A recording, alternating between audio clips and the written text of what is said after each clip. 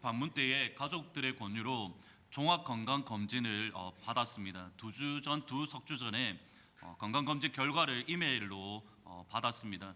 처음 건강 검진을 받은 것이어서 결과가 어떻게 나왔을까 은근히 긴장이 되었습니다. 그리고 건강 검진표를 결과를 읽었는데 읽으면서 충격을 받았던 것이 크게 두 가지입니다. 첫 번째로는 고도 비만으로 나왔습니다.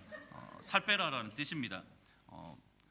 건강검진에 그렇게 나와서 심각하게 저희 전도사님한테 내가 고도 비만이어서 살 빼야겠다고 진지하게 말을 했더니 살 뺄 생각 아예 하지 말라고 저에게 신신당부를 하는 겁니다. 제가 살 뺄 수 없는 이유가 있습니다. 꼭 기억을 하시고 제가 살 안 빼더라도 감사한 마음으로 받으시면 될 것 같습니다. 두 번째로 제가 건강검진 결과를 보면서 충격을 받았던 이유 중에 하나는 우울증 가능성이 있어서 정신건강 전문가에게 정확한 평가와 상담을 받을 것을 서제션한다라고 되어져 있습니다. 어느 순간에 이상하게 눈물이 많고 감정 기복이 큰 것 같아서 그냥 갱년기인가 하고 그냥 웃으며 넘어갔는데 아닐 수도 있겠다라는 생각이 불현듯 들었습니다. 상상이 되십니까?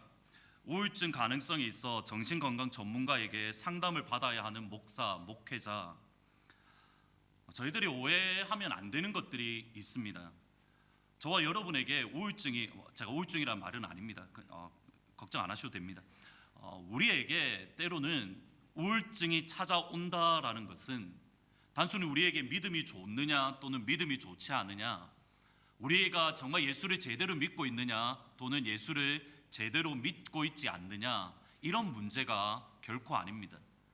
믿음의 사람 또는 한 시대 가운데에 주님의 교회를 이끌어가며 영적인 영향력을 발휘하고 심지어 영적인 새로운 세대를 열었던 목회자들 가운데에 많은 분들이 우울증으로 어려움을 많이 겪으셨습니다.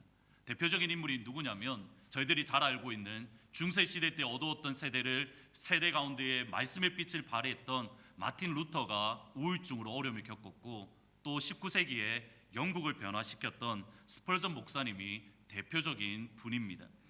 특별히 스펄전 목사님은 설교의 황태자다라고 불릴 정도로 그분의 설교를 통해서 당대를 포함한 오늘날까지 많은 성도들이 은혜를 받고 힘을 얻고 있습니다.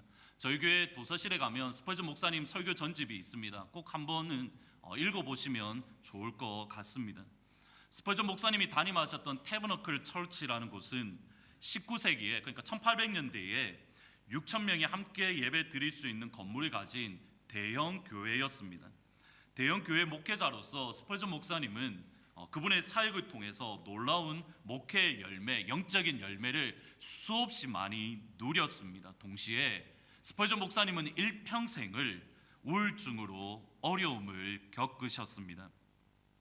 스펄전 목사님이 우울증으로 어려움을 겪게 된 직접적인 원인은 1856년 새롭게 건축했던 서레이 가든 음악 강단 뮤직홀에서 있었던 일 때문입니다. 그 뮤직 강당의 음악홀에 이미 12,000명의 성도가 스펄전 목사님의 말씀을 들으려고 들어왔고, 또 그 외에 들어오지 못한 10,000명의 사람들이 건물 밖에 있었습니다. 예배가 시작되고 스펄전 목사님이 예배를 인도하는 과정 가운데에 그동안 스펄전 목사님의 성공이나 영적인 그런 많은 열매들을 시기하고 끊임없이 모함을 하던 같은 동료 그리스도인들이 음악당에서 불이 나서 지금 발코니가 무너진다라고 거짓말로 큰 소리를 외쳤습니다. 지금 강당에 불이 났다라는 이 거짓말에 12,000명의 사람들이 한꺼번에 건물을 빠져나가려다가 서로 밀치고 부딪히고 넘어지고 짓밟혔습니다. 그리고 이 일로 인해서 7명이 죽었고 28명이 병원 치료를 받았습니다. 이때 스펄전 목사님 나이가 22살일 때로 이 이후에 그분이 소천하실 때까지 평생에 이 일이 트라우마가 되어서 그의 마음이나 그의 영혼이나 또는 감정의 기복이나 항상 우울증으로 그가 어려움을 겪었습니다. 스펄전 목사님이 우울증을 겪게 된 또 다른 한 원인은 외로움입니다. 그분의 말씀이 이렇게 표현을 합니다. 내가 오해한 것이 아니라면 외로움은 많은 사람들이 느끼는 것이다. 우울함의 원천이다.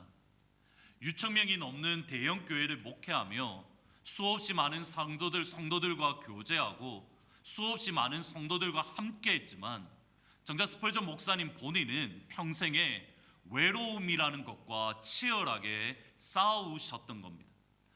이 자리에 저희 교회가 대략 한 250명 정도 되지만 이 가운데 있기 때문에 나는 괜찮다가 아니라 꼭 여러분에게 부탁드리는 것은 코아 그룹, 코아 모임, 곧 스몰 그룹에 꼭 참여하셔서 여러분의 속사람, 여러분의 속마음을 함께 나누며 군중 가운데의 외로움이 아니라 말 그대로 서로 마음을 나누고 생각을 나누고 예수 안에서 한 형제, 한 자매됨을 같이 누리지 아니하면 스펄전 목사님이 겪었던 그 외로움이 저희들이 이민 땅을 살아가면서 저와 여러분 역시 겪을 수 있습니다.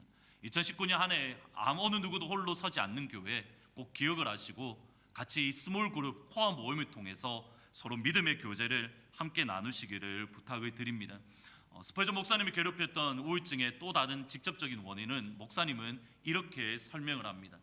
나는 엄청난 죄를 지은 것을 발견했을 때에 그토록 끔찍한 고통을 겪으면서 어떻게 내 손이 몸을 산산히 부수지 못하도록 막을 수 있었는지가 지금까지 너무나 자주 의아하다. 내 속에 엄청난 죄를 지은 것을 발견했을 때에 하나님의 손에 붙들림 받아 하나님의 사역을 그렇게 신실하게 감당했지만 여전히 해결하지 못했던 내 안에 거하는 죄로 인해서 아파하고 힘들어하던 그 갈등은 단순히 스펄전 목사님뿐만 아니라 예수님을 제대로 믿고 예수님을 제대로 믿으려고 몸부림치는 모든 그리스도인들에게 발견되는 공통된 현상입니다. 심지어 이 모습은 바울에게서도 발견되어집니다. 오라 나는 공고한 사람이로다. 이 사망의 몸에서 누가 나를 건져내랴. 그런즉 내 자신이 마음으로는 하나님의 법을 육신으로는 죄의 법을 섬기노라. 여기서 공고하다라는 말은 what a miserable person이라고 번역을 하는데 비참한 상태 또는 정신적으로나 또는 감정적으로 대단히 큰 혼돈 가운데에 또는 큰 고통 가운데에 있다라는 뜻입니다. 이렇게 번역하면 됩니다. 오라 나는 비참한 사람이로다. 오라 나는 정신적으로 또는 감정적으로 큰 혼돈과 큰 고통 가운데 있구나. 이 사망의 몸에서 누가 나를 건져낼 수 있을까? 아무도 건져낼 사람이 없다라는 의미입니다. 자신을 바라보며 스스로 비참한 사람, 자신을 바라보며 나는 공고하고 나는 정신적으로 감정적으로 큰 혼돈과 고통 가운데 있다, 이렇게 고백하는 이유가 무엇입니까? 내 속에 하나님 아버지의 법과 사람의 법이 있는데 내 마음으로는 하나님의 법을 섬기고 내 영혼으로는 하나님의 법을 따르며 제대로 예수 믿고 싶은데 내 신앙, 내 모습을 바라보며 현실을 바라보니 여전히 사람의 법, 죄의 법을 따르며 죄에서 벗어나지 못하는 무능한 나를 발견하기 때문입니다. 여기서 중요한 핵심이 있습니다. 죄의 법과 하나님의 법 사이에서 갈등하고 고민하는, 그리고 나는 공고하다, 나는 비참하다, 나는 이 사망의 몸에서 결코 벗어날 수 없다, 이렇게 갈등하는 나는 I라는 이 사람은 과연 누구입니까? 학자들은 따라서 크게 두 갈래로 나눌 수가 있습니다. 어떤 이들은 구약의 이스라엘 백성들이 뜻한다, 율법을 가진 이스라엘 백성들이 뜻한다라고, 또 어떤 이들은 바울을 포함한 그리스도인들의 모습이다라고 해석을 합니다. 각각 나름의 장점과 단점이 있습니다. 그런데 적어도 한 가지 분명한 사실은 오라 나는 공고하다, 오라 나는 비참하다라고 자기 자신을 향하여 갈등하고 고민하는 이 사람은 적어도 하나님의 법이 무엇인지 분명하게 알고 있는 하나님의 백성 또는 하나님의 자녀입니다. 하나님 아버지의 말씀이 우리에게 무엇을 요구하는가, 하나님께서 과연 우리에게 무엇을 기뻐하시는가, 이 사람은 분명히 알고 있습니다. 그리고 하나님의 자녀로서, 하나님의 백성으로서 하나님의 법을 따르고 하나님의 법을 순종함으로 하나님 아버지를 기쁘시게 하고 싶은데, 나의 현실을 바라보면 죄로 치열하게 아파하고 있고, 죄로 일상 속에서 죄로 치열하게 고민하며, 삶 속에서 죄로 치열하게 죄의식과 싸우며 갈등하고 있습니다. 그리고 이것이 저와 여러분이, 예수 믿는 저와 여러분이 우리의 삶 속에 실제로 경험하고 있는 현실입니다. 죄에서 벗어나고 싶은데 죄에서 벗어나지 못하는 나의 신앙, 정말 예수 제대로 믿고 싶은데 예수 제대로 믿지 못하는 나를 발견하며 낭망하고 좌절하는, 그리고 포기하는 것이 우리의 현실입니다. 오늘 제가 말씀드리고 싶은 것은 여기에 있습니다. 그러면 과연 이 치열함, 하나님의 법과 사람의 법 사이에서 아파하고 갈등하며 고민하는 이 치열함은 과연 무엇을 뜻합니까? 우리가 지금까지 들어왔던 수없이 많은 설교와 전혀 다른 내용입니다. 우리는 예수님을 믿으면 죄의 문제를 해결받는다고 생각을 합니다. 그런데 예수님을 믿어도 여전히 죄의 문제로 아파하고, 우리가 예수를 믿어도 여전히 죄의 문제로 고민하고, 우리가 예수 믿어도 여전히 죄책감으로 괴롭다고 한다면 과연 우리가 예수 믿는다라는 것은 무엇을 의미하는 겁니까? 여기에 여러분이 꼭 기억하실 중요한 내용이 있습니다. 만일 여러분 안에, 그리고 우리 안에 지금 바울이 말했던 이 영적인 치열한 고민이 있다라는 것은 하나님의 법과 사람의 법, 하나님의 그 법과 죄의 법 안에서 여러분 가운데 갈등하고 고민하고 있다라는 것은 적어도 우리 안에, 우리 속사람, 우리 영혼 안에 예수님께서 우리에게 허락하셨던 새로운 생명이 여러분 안에 있다라는 분명한 증거가 되는 겁니다.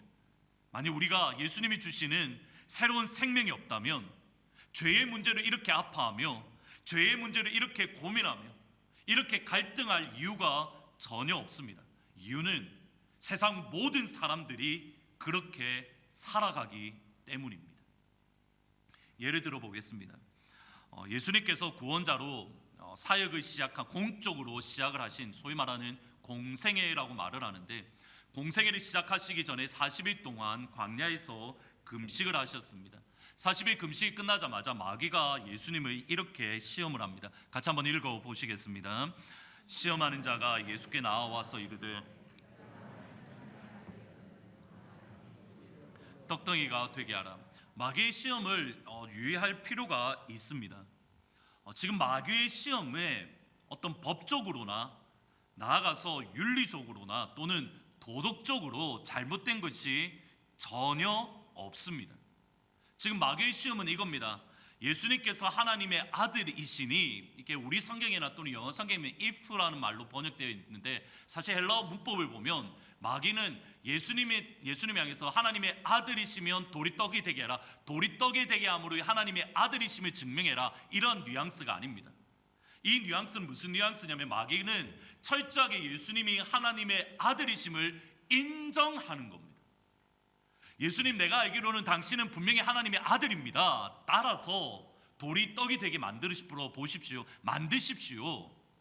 당신은 분명히 하나님의 아들인 거 내가 알고 있습니다. 그러니까 돌이 떡이 되게 만드십시오. 어떤 면에서 지금 마귀의 이 말은 예수님의 건강을 걱정하는, 예수님을 정말 위해서 하는 말처럼 보입니다. 보셔야 됩니다. 마귀가 했던 이 말뿐만 아니라 실제 예수님은 하나님의 아들입니다. 저와 여러분이 믿고 섬기는 예수님은 하나님 아버지와 정확하게 같은 능력, 같은 영광, 같은 권세를 가지신 하나님이십니다. 죽은 자를 살리시는 하나님입니다. 모든 병과 모든 귀신을 쫓아내는 하나님입니다. 자연 만물의 그 말 한마디에 순종하는 하나님입니다. 언제까지 아멘은 안 하고 끝까지 버티실 겁니까? 다시 한번 말씀을 드리겠습니다. 예수님은 하나님 아버지와 같은 능력을 가지신 하나님입니다. 죽은 자를 살리시는 하나님입니다. 모든 질병을 고치시고 귀신을 쫓아내는 하나님입니다. 우리의 예수님은 자연 만물이 그 말씀 한마디에 철저하게 순종하는 하나님과 동일한 본질상 하나님이 우리가 믿는 예수님입니다. 예수님은 실제로 오병이어를 일으켰습니다. 떡 5개와 물고기 2마리로 남참만 5,000명 되는 사람들을 먹이셨던 기적, 이와 비슷한 기적을 보이셨습니다. 무엇이 문제입니까? 그런데 왜 성경은 시험, temptation이라는 단어를 사용하는 겁니까? 지금 제가 많이 금식을 해서 지금 제가 배가 너무 고픕니다. 금식을 했다는 말이 아니라 가정을 그렇게 해보겠습니다. 근데 저는 이렇게 금식을 할 때마다 이렇게 머릿속에 맴도는 게 있는데 꼭 짜장면과 탕수육이 머릿속에 항상 맴돕니다. 그래서 금식을 할 때마다 이렇게 꼭 결심을 하는 게 뭐냐면, 금식이 끝나면 곧장 궁에 가서 짜장면과 탕수육을 사 먹겠다라는 십자가를 생각을 해야 되는데, 짜장면과 탕수육을 늘 묵상을 하는 것 같습니다. 그리고 짜장면과 탕수육을 사 먹을 수 있는 돈이 저에게 있습니다. 여러분, 제가 금식이 끝나고 궁에 가서 짜장면과 탕수육을 사 먹었습니다. 여러분이 저를 비난하실 겁니까? 제가 잘못한 게 하나라도 있습니까? 법적으로 잘못된 게 있습니까? 도덕적으로 또는 윤리적으로 잘못된 것이 있습니까? 아무것도 없습니다. 여러분의 반응은 있다라는 뜻입니까? 없다라는 뜻입니까? 없습니다. 뭐 그게 과소비하는 것도 아니고, 맞잖아요. 짜장면 먹고 탕수육 먹는 거 잘못 없습니다. 제가 먹더라도 시험 들지 마십시오. 궁에서 저를 보더라도 보셔야 됩니다.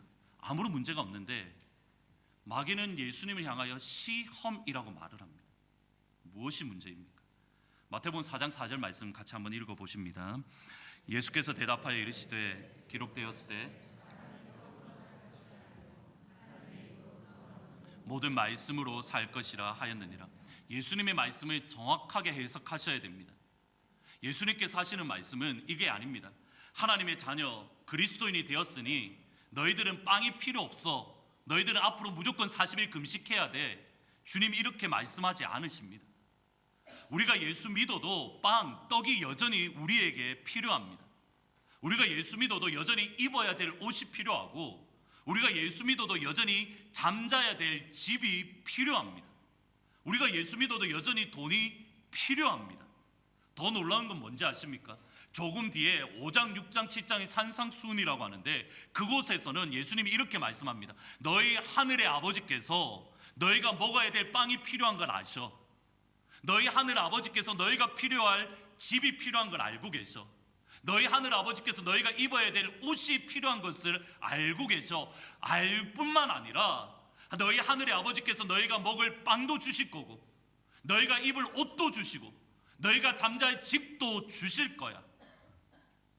그분이 저와 여러분이 믿고 섬기는 하나님 아버지입니다. 예수님의 말씀을 다시 한번 보셔야 됩니다. 돈이 필요 없다가 아닙니다.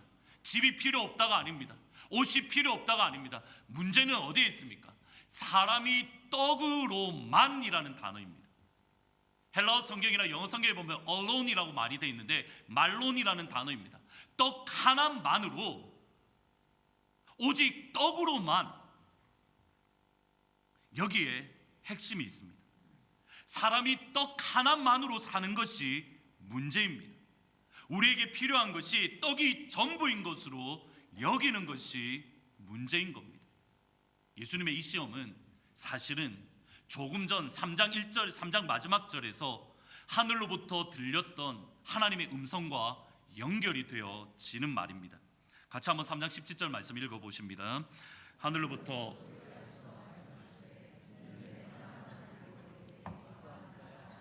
보셔야 됩니다. 하나님께서 사랑하시며 하나님께서 기뻐하시는 아들 예수님이 40일 금식하셨습니다. 하나님께서 사랑하시며 기뻐하시는 그 아들이 굶어 죽도록 하나님께서 내버려 두시겠습니까? 40일 금식하셨던 그 사랑하며 기뻐하는 예수님을 우리 예수 하나님께서는 공급하시고 책임져 주시며 보호하시고, 심지어는 질병에 걸리지 아니하도록 하나님의 능력의 손으로 붙잡으시며 보호해 주시는 생명의 하나님 아버지, 우리를 보호하시고 우리를 이끌어 가시는 능력의 하나님 아버지입니다. 마귀의 시험은 이것입니다. 하나님 아버지는 예수님을 보호해 주지 않습니다. 하나님 아버지는 비록 사랑한다, 내가 너를 기뻐한다라고 말을 하지만 예수님을 지켜주지 않으십니다. 따라서 예수님이 가지고 있는 능력으로 이 땅을 살아가셔야만 하는 겁니다. 하나님께서 사랑한다, 기뻐한다고 하지만 그 하나님께서 보호해 주지도 않고 그 하나님께서 공급해 주지도 않기에 예수님이 가진 능력으로 이 땅을 살아가십시오. 예수님의 인생은 예수님 것입니다. 하나님과 상관없이 지내셔야 됩니다. 사탄교라는 게 있습니다. 실제로 성경에 나오는 루시퍼를 믿는 예배하는 그런 사탄교인데, 사탄교에도 바이블이 있다고 합니다. 성경 경전이라고 말을 해야 될 것 같은데, 사탄교 바이블 1장 1절은 이렇게 시작을 한다고 합니다. 내 삶의 주인은 내 자신이다. 내 삶의 주인은 내 자신이다. 근데 여러분, 냉정하게 한번 생각을 해보셔야 됩니다. 나의 삶의 주인은 나 자신이다. 도덕적으로, 윤리적으로, 법적으로 잘못된 것 있습니까? 내 삶의 주인은 나 자신이다. 오늘날 모든 사람들이 그렇게 진리인 줄 알고 그렇게 살아가고 있습니다. 내 인생이니 내가 하고 싶은 것을 하며 내가 살아간다. 적어도 다른 사람에게 피해 주지 아니하고 다른 사람에게 어려움 주지 아니하고 내 인생이니 내가 원하는 것 내가 하면서 살아가겠다. 우리는 그것을 행복이라고 여기며 살아갑니다. 그런데 우리가 예수님을 믿는 그 순간 이 자리에 있는 그 어느 누구도 내 인생은 내 것이니 내 마음대로 살아가겠다고, 내가 자유롭게 선택해서 내가 원하는 것을 살아가겠다고 말하지 않습니다. 오히려 내 삶의 주인은 예수님이시니 나는 그 예수님만 따라가겠다라고 고백합니다. 내 삶의 주인이 나라고 말하는 것, 다른 사람에게 피해 주지 않고 도덕적으로 윤리적으로 아무런 문제가 없다 하더라도 내가 원하는 대로 살아가는 것이 얼마나 큰 죄인지 알고 있습니다. 여기에 갈등이 있는 겁니다. 내 삶의 주인이신 예수님을 따라가고 싶고 섬기고 싶은데 정작 예수님을 제대로 섬기지 못하는 모습, 예수님의 말씀대로 살아가지 못하는 나의 모습을 보며 아파하고 괴로워하고 죄책감을 가집니다. 다른 사람, 모든 사람들이 괜찮다고 하지만 주님께서 주신 말씀이 그러하기에 내 삶은 내게 아니라 나의 주인 되시는 예수님만을 따르며 나의 주인 되신 예수님만을 섬기겠다라고 기도하며 나아갑니다. 그리고 여기에서 아파합니다. 무엇 때문입니까? 우리의 영혼이 살아있기 때문입니다. 우리의 죽었던 영혼이 예수님의 십자가의 보혈로 회복되며 다시 살아났기 때문입니다. 우리 안에 주님이 주시는 생명이 있기에 아파하는 겁니다. 우리에게 주님께 주신 생명이 있기에 우리가 갈등하고 고민하는 겁니다. 세상 모든 사람들이 괜찮다고, 그 정도는 눈 감아도 된다고, 그 정도도 하지 않고 어떻게 이 땅을 살아가겠냐며 많은 사람들이 말을 합니다. 그러나 하나님의 말씀은 노우라고, 아니라고 선언합니다. 여기에서 오는 갈등, 여기에서 오는 치열함이 여러분 안에 있다고 한다면 넘어져도 괜찮습니다. 실패해도 괜찮습니다. 제대로 주님의 말씀에 따라가지 못해도 괜찮습니다. 왜냐하면 우리 안에 예수님의 생명이 있다는 분명한 증거이기 때문입니다. 목사로서 이런 표현을 드리기 참 죄송스러울 때가 있지만 정말 기도하기 싫을 때가 있습니다. 이렇게 또 목사로서 이런 말씀 드리기 참 죄송스럽지만 성경 읽는 게 정말 싫을 때도 있고 성경 읽는 게 심지어는 무섭고 두려울 때가 종종 있습니다. 그리고 성경 읽을 때 오히려 좌절되고 낙담될 때가 너무 많은 것 같습니다. 성경에 나와 있는 하나님의 약속과 지금 제가 경험하고 있는 현실이 극명하게 다르기 때문입니다. 가령 성경에는 이런 약속이 있습니다. 같이 한번 읽어보시겠습니다. 너희 중에 병든 자가 있느냐?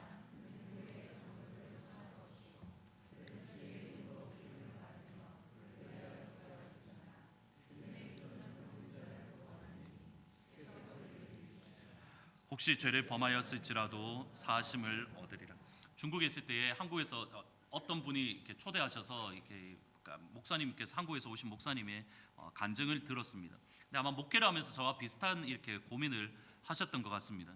분명히 성경에 보면 이렇게 병든 자가 있느냐, 장로를 초청해서 기도하면 하나님께 치료하실 것이다, 이런 약속이 있는데 아무리 기도해도 목사님도 장로님이니까 아무리 기도해도 성도들이 병이 낫지 않더라는 겁니다. 무엇 때문일까? 이렇게 성경의 약속은 이런데 왜 기도하는데 치료되지 않지? 왜 병이 낫지 않지? 이렇게 막 고민하니까 하는데 한날은 이 말씀이 딱 떠올랐다라고 합니다. 그리고 이것 때문에 병이 안 나았구나, 그것의 이유를 찾으셨는데, 여러분 찾으셨습니까? 여기에 보시면 교회 장로들을 청할 것이요 그들의 장로들은 주의 이름으로 뭐부터 하라는 겁니까? 기름을 바르고 기도해라라고 이야기를 합니다. 근데 가만 생각하니까 이 목사님이 기름을 안 발랐다고 합니다.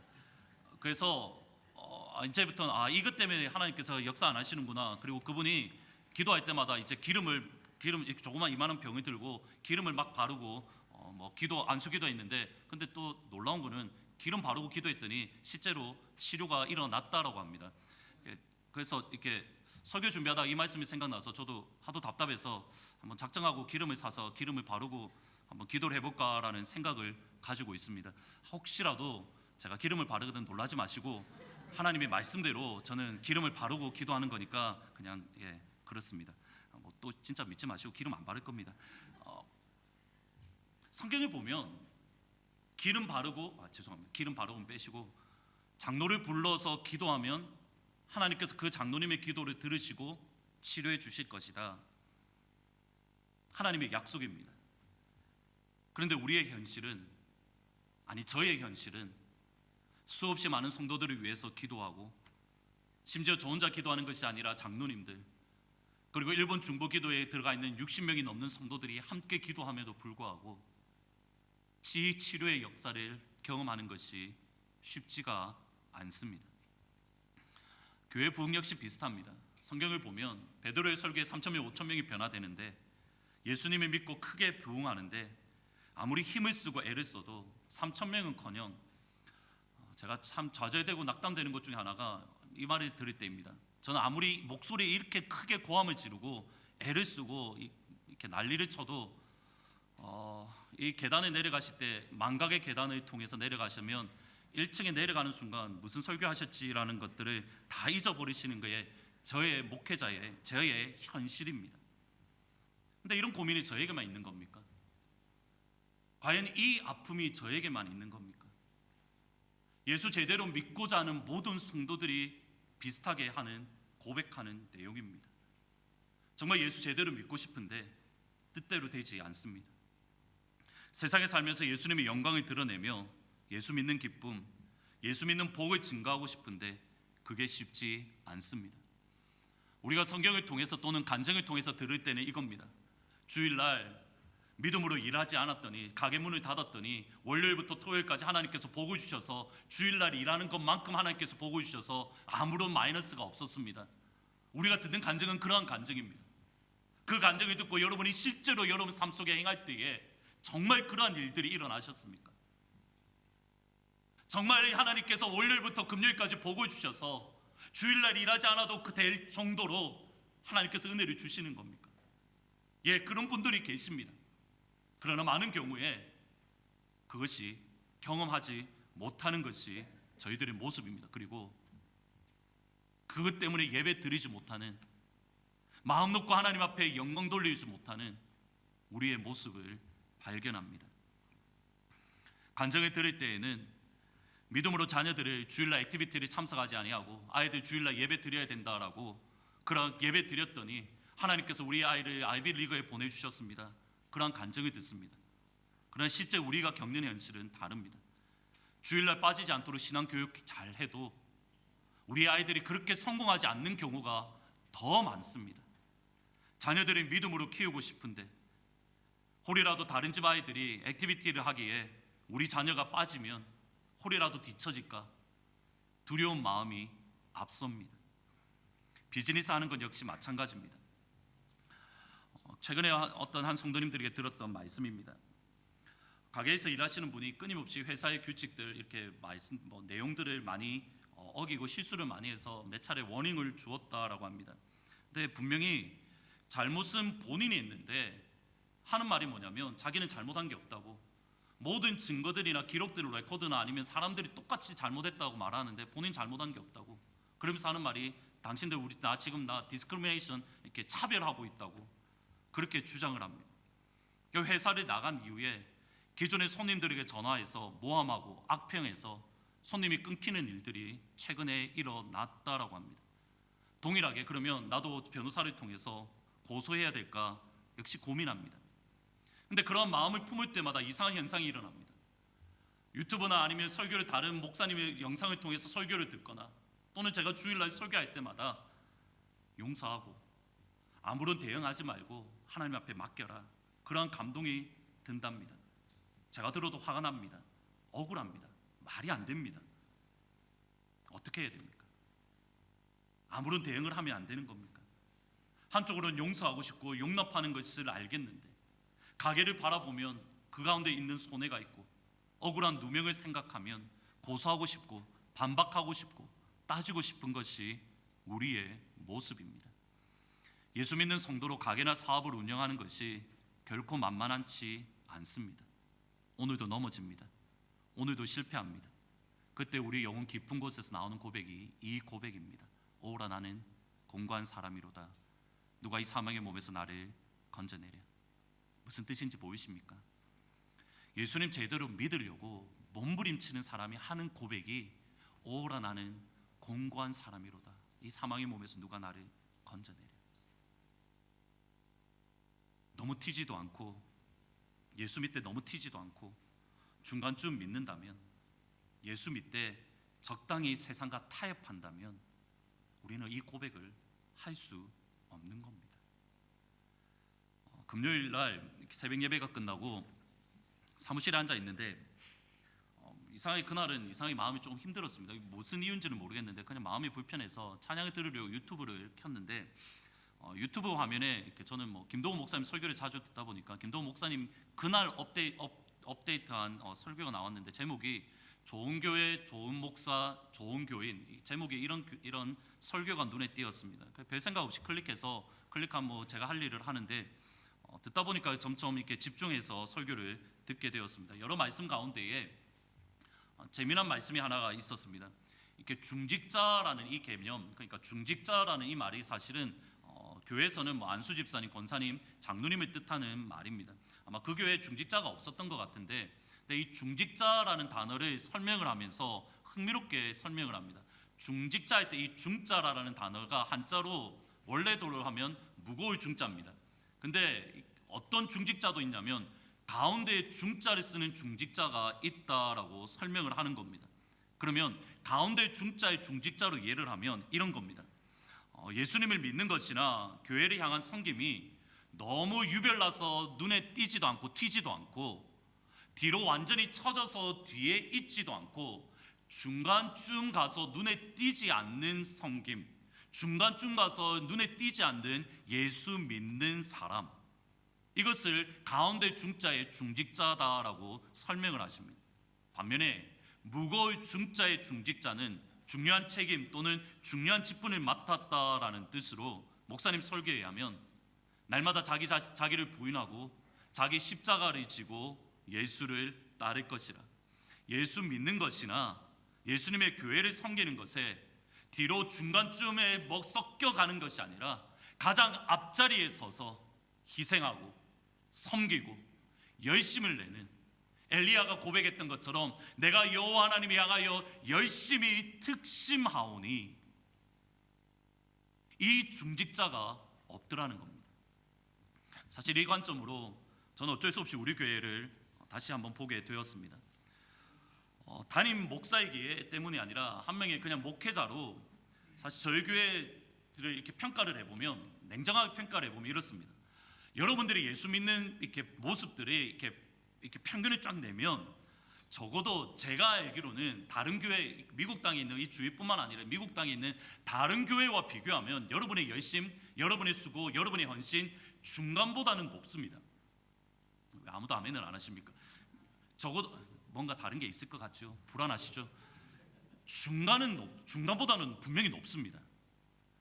중간 점수가 80점이라고 한다면, 미국 이 땅에 있는 모든 교회들의 중간 점수가 80점이라면 저는 저희 교회에 적어도 85점은 줄 수 있습니다. 다른 모든 교회들보다 분명히 열심히 뛰어납니다. 근데 목사로서 저의 고민은 이겁니다. 교회 성도들의 전체 중간의 점수를 내면 분명히 높은데 그 김동호 목사님 말씀하시는 무거운 중자를 써서 하나님의 열심을 내는 것, 여호와 하나님이 향하여 내가 하나님이 향하여 열심히 특심하오니, 날마다 나 자신을 복종하고 십자가를 짊어지며 하나님께서 주신 이 말씀 한마디 한마디를 두렵고 떨림으로 이 말씀을 지키지 못할까 두려운 마음으로 이 말씀을 붙들고 살아가며 내 속에 치열한 고민이 있고, 하나님의 말씀은 이러한데 나의 삶은 그렇게 살아가지 못해서 아파하며 괴로워하며, 하나님의 교회가 어려운 가운데 있을 때에 동일하게 눈물을 흘리며 아파하고, 정말 무거운 중직자로서의 중직자는 그렇게 많이 보이지 않습니다. 정말 예수님의 제자로 이 땅을 살아가고자 애를 쓰는 모습, 예수님을 닮고자 날마다 고민하며 아파하며 힘을 쓰며 날마다 나 자신을 쳐서 복종시키는 그 예수님의 제자들이 그렇게 많이 보이지 않습니다. 제 말을 오해하시면 안 됩니다. 우리가 예수님 제대로 믿지 못하고 섬기지 못하고 우리의 열심히 특별하지 못하기 때문에 그냥 낙담하고 좌절하고 실망만 해야 된다는 뜻은 아닙니다. 다시 한번 성경을 보셔야 됩니다. 바울은 낙담과 실패와 좌절로 마무리하지 않습니다. 24절 25절 말씀 연결해서 같이 한번 읽어보십니다. 오라 나는 공고한 사람이로다. 누가 나를 건져내랴. 우리 주 예수 그리스도로 말미암아 하나님께 감사하리로다. 극도로 좌절하고 실망했던 바울이 갑자기 그의 분위기가 바뀌어 버립니다. 주 예수 그리스도로 말미암아 하나님께 감사하리로다. 바울이 알았던 건 이겁니다.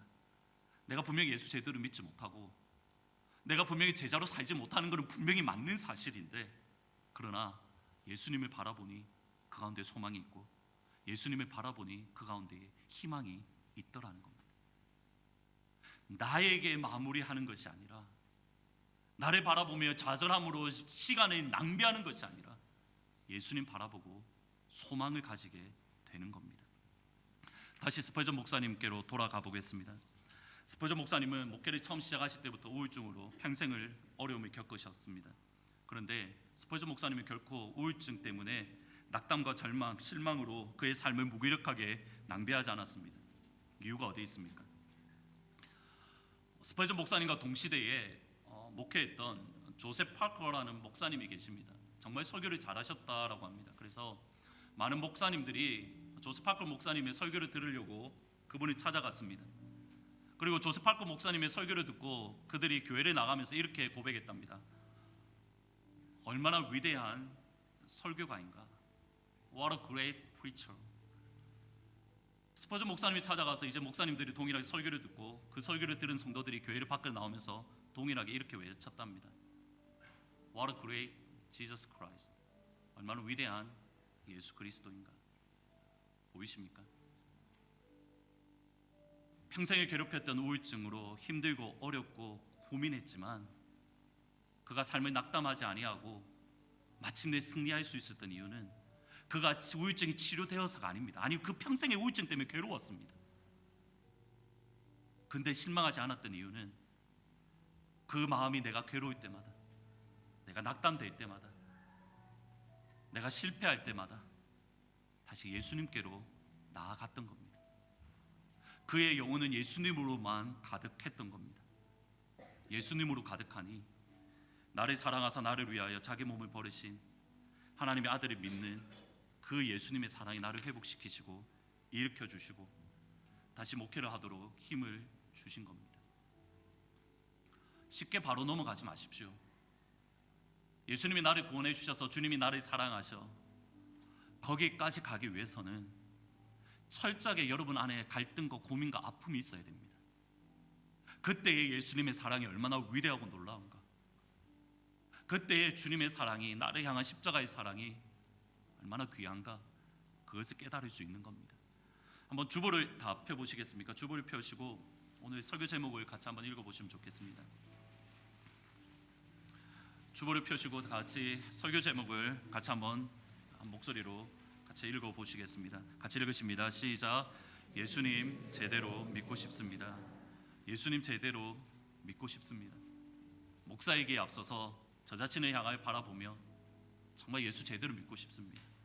그게 저의 신앙 고백이고 이 시간 제가 가서 정말 하고 싶은 것, 정말 제가 예수 제대로 믿고 싶습니다. 제가 정말 예수 제대로 믿을 때에 제가 여러분을 향하여 바라보고 싶은 것 동일합니다. 예수 제대로 믿는 성도가 곳곳에서 일어나는 것. 정말 예수 제대로 믿어야 되지 않겠습니까? 여러분을 위하여 십자가에 죽으신 그 예수님 제대로 믿어야 되지 않겠습니까? 우리 교회가 정말 예수 제대로 믿는, 그냥 중간중 가는 신앙생활이 아니라 정말 예수 제대로 믿어서 우리 가운데 예수님의 모습이 나타나고 우리 가운데 주님의 형상이 드러나서 저 교회 가보라고, 저기 가면 예수님 보일 거라고, 우리 교회가 그런 교회가 되기를, 그리고 그러한 성도가 되기를 주님의 이름으로 축복합니다. 말씀을 생각하시면서 내 삶의 이유라 같이 찬양합니다. 예수는 내 힘이요 나의 기쁨 나의 참 소망. 예수는 내 힘이요 나의 기쁨 내 참 소망. 그 이름의 생명이 내 삶의 이유라. 예수는 내 힘이요